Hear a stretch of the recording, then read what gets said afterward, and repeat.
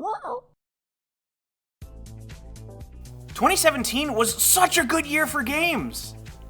For the most part.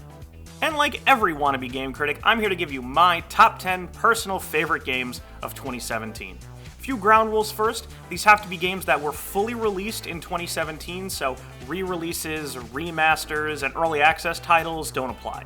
Second, there are a lot of games that come out every year. I'm just one guy, and there's no way that I can possibly play everything, so if your personal favorite isn't on here, there's a good chance I just didn't get around to playing it. This pretty much applies to the entire Nintendo Switch library. I did just get one for Christmas, but I haven't had much time to play with it. And finally, and this is crucial, these are just my opinions. It's not like my list is some final say on what the best of the best is. Our tastes are undoubtedly going to be different, your list will be wildly different than mine, and that's fine. So many great games came out this year that as long as we're all having fun, what does it really matter? And with that all out of the way, these are my top 10 favorite games of 2017. Whoa. While it has nothing to do with its predecessor of the same name, Prey turned out to be a very engaging title. I hadn't really seen much of it after its E3 2016 reveal, so booting it up to discover it was the spiritual successor to System and BioShock was a pleasant surprise. Starting out with one of the most memorable intros this year, you're thrown onto a space station overrun with an alien threat, and from there it's up to you to decide how to play. Depending on how you choose to invest upgrades, different routes and styles of combat are made available, making Prey a game that's very customizable and highly replayable. It suffers from an uneven difficulty curve, which can make survival a real struggle in its first half, but even with that frustration, I remain captivated exploring and toying around with every inch of Prey's setting. And if nothing else, it inspired me to go back and play System Shock 2 for the first time. That counts for something, right? Whoa. Who knew farming could be so fun? Right. Slime Rancher was another surprise for me. I know it had been in early access for a while, but it wasn't until its full release this year that I experienced the wonders of raising slimes myself, and it's delightful. Capturing and learning how to properly care for each slime type for maximum efficiency is incredibly engaging. You're always progressing towards something, whether it be a new piece of technology, an upgrade, or a whole new environment to explore. It's a perfect, I'll just finish this real quick and go to bed, and oh god, it's been 6 hours kind of game. I had to voluntarily walk away from my life as a rancher to focus on other things, lest it steal even more of my life away, but I had a great time with it up until that point. There are few things as adorable and fun as this little gem. Whoa. As a big fan of the Uncharted series, I was hesitant about this year's entry. Uncharted 4 ended on such a perfect note that I didn't really want Naughty Dog going back to this particular well. But Uncharted: The Lost Legacy both justifies its existence and takes the series in a direction I'm more than happy to see expanded further. Focusing on and fleshing out side characters Chloe and Nadine, and maintaining the top-notch presentation, bombastic set pieces, and sharp writing, I had a blast taking another trip into the over-the-top treasure hunting world that Nathan Drake left behind. But seriously, never bring him back. If Nathan Drake ever shows up again, I'm going to riot. You left him in a good place, just let the man enjoy his retirement. Whoa.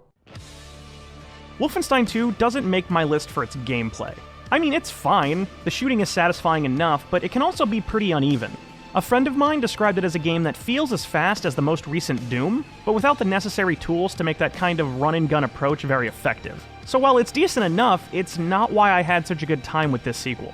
No, Wolfenstein 2 makes my list because it's batshit insane. The holy crap, jaw on the floor, what the hell did I just watch moments that you experience in the story, especially in its second half, are as numerous as they are ridiculous. I seriously can't describe any of these to you without ruining them, so all I'll say is that you should play this game and experience them yourself. That is all.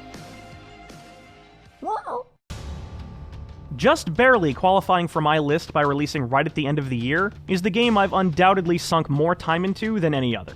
PUBG took the world by storm in 2017. The thrill of dropping in as one of 100 other players, rushing to find weapons, watching and listening for enemy combatants, and engaging in firefights that run the gamut from frantic close-quarter spraydowns to long-distance sniping duels never really dulls.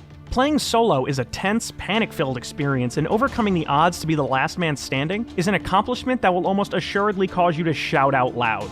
Adding a few friends to the mix changes everything, leading to both tactical team maneuvers and countless silly moments that has everyone laughing and yelling at one another in equal measure. The game is by no means perfect. There can be a lot of downtime running from place to place, and even in its 1.0 state, Battlegrounds is, well, kinda broken, with bugs, connection issues, crashes, and various other odd problems that can get in the way at times. But despite this, I continue to log multiple sessions a month.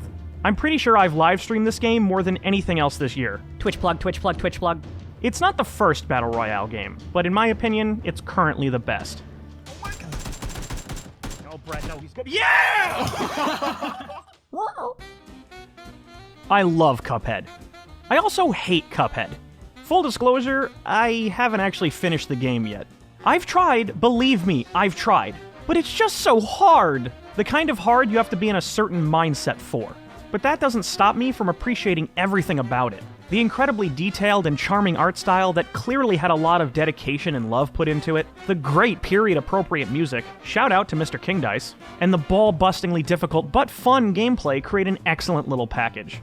You might spend an hour on a single boss, dying over and over again, ready to throw the controller across the room. But that perfect run when everything comes together and you achieve that glorious knockout is insanely rewarding.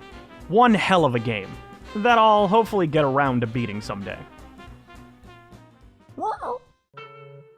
I'm so happy this turned out to be good. After the abomination of RE6 and forgettable side games, Resident Evil 7 finally gets the series back on track. An edge-of-your-seat survival horror experience, RE7 has excellent atmosphere and does a great job of respecting its roots while establishing its own terrifying identity. It even does jump scares right. The boss fights are the opposite of fun, in my opinion, and end up hurting the game when they pop up, but thankfully they don't pop up very often, letting the creepy backwater plantations steal the show. If I, one of the biggest cowards in the world, can get through it, there's no reason you can't. Play this one with headphones on and lights off. More of this, Capcom. Please don't screw up 8. Whoa! The premise of fighting giant robots with a bow and arrow would have probably been enough to make this game cool, but thankfully that's just Horizon Zero Dawn's opening pitch. The world is exhaustively fleshed out with an intriguing story that goes out of its way to answer all of your questions. And given how many new IPs tend to act as vague setup for some long-planned franchise, that's worthy of praise. Then there's the part where you actually play Horizon. It does stick to many of the open-world conventions we've seen before, but puts its own spin on some while trimming the fat in others, so it rarely ever feels like you're doing busy work. And of course, there are the fights against the mechanized wildlife, frantic battles that reward tactical thinking as well as your accuracy with a bow. Oh, and it's also gorgeous to boot. A must-play for all PS4 owners. Whoa! Hellblade ranks so high on my list for two reasons. First is the game itself, which I found to be exceptional. It tackles its subject matter, that being the hardships of living with psychosis, in an engrossing way. Seeing strange visions and hearing multiple voices in your ears vying for attention is as immersive as it is disturbing. There were even times I caught myself responding to the voices, telling them to be quiet while I tried to think, giving me a small taste of the struggle people living with this condition have to go through. Senua's tale is tragic and compelling, and had me gripped from beginning to end. The second reason Hellblade takes this spot is that it represents the kind of games industry I want. Here we have a tight 6-hour experience with stunning production values, tackling a subject matter most developers wouldn't touch, all made for a fraction of the cost of big AAA titles, and sold for only $30 without any season passes, deluxe editions, or loot box crap. And given how greed-fueled many companies were this year, Hellblade, Senua's Sacrifice, and developer Ninja Theory stand out as an example to be applauded and followed. Bravo, guys. Whoa! I love this game! A Hat in Time is a damn near perfect little masterpiece. I stand by my statement that it's one of the best 3D platformers I've ever played. The tight and precise controls make every jump a joy to pull off, and each environment and level finds new ways to delight. The adorable aesthetic certainly doesn't hurt either, with characters both funny and wicked adding even more to the game's charm. And the music! Every track is superb, fitting each backdrop or set piece perfectly. I had a smile firmly stamped on my face from the second I started up my first playthrough, all the way to obtaining the final timepiece. If you could distill pure happiness into a piece of software, this would be the end result. I simply can't sing this game's praises enough, and I cap off my personal favorite games of the year list with A Hat in Time. Cap off. Get it? No? Okay.